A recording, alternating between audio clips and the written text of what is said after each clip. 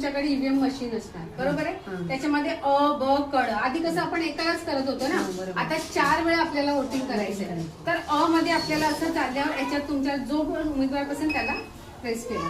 मग ब मध्ये यायचं, ब मध्ये तुम्हाला जो उमेदवार पसंत असेल त्याला प्रेस केलं. मग क मध्ये येऊन जो उमेदवार पसंत आहे समोर आणि ड मध्ये येऊन, म्हणजे 4 वेळा तुम्हाला वोटिंग करायचंय. जर पूर्ण 4 वेळा करणार तेव्हा इकडे बीप वाजणार, तेव्हा तुमचं मतदान कम्प्लीट होईल. नाही तर तुम्ही कोणा एकाला करून सोडलं तुमचा बाद होऊन जाईल. म्हणून एक बरोबर सिक्वेन्सने 4 मतदारांना आपण मतदान करायचं उमेदवारांना. हा नाही पसंत खाली नोटा पण असतं, पण ह्याच्यात तुम्ही समजून घ्या. समजा की आपल्याला कारण आपल्याला मतदानाचा हक्क मिळाला तो बजावला पाहिजे. कारण आपले जे चांगले सक्षम उमेदवार असतात पुढे जाणार आपल्यासाठी कामं करणार, बरोबर ना. तर प्रयत्न करा, ठीक आहे.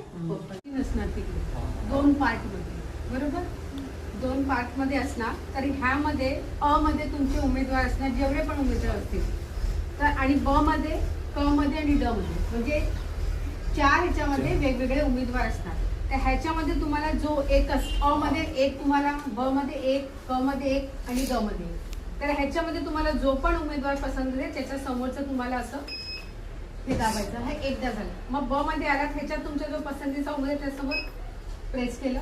मग क मध्ये यायचं, ह्याच्यामध्ये तुम्हाला जो पसंत असेल त्याच्यावर प्रेस केलं. मग चौथ्यावरून परत तुम्ही इकडे असं प्रेस करायचं.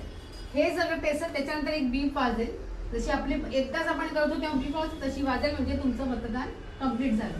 जर कोणीही पसंत नसेल तर तुमच्या खाली इकडे नोट्याचं पण असेल बटन की तुम्ही त्याच्यावर, पण तसं तुम्ही करू नका. कारण कसं आहे की इलेक्शनचा आपल्याला वोटिंगचा अधिकार संविधानाने दिला, तर त्याचा वापर करून आपल्याला पसंतीच्या उमेदवारांना पुढे करायचं, एवढं लक्षात घ्या.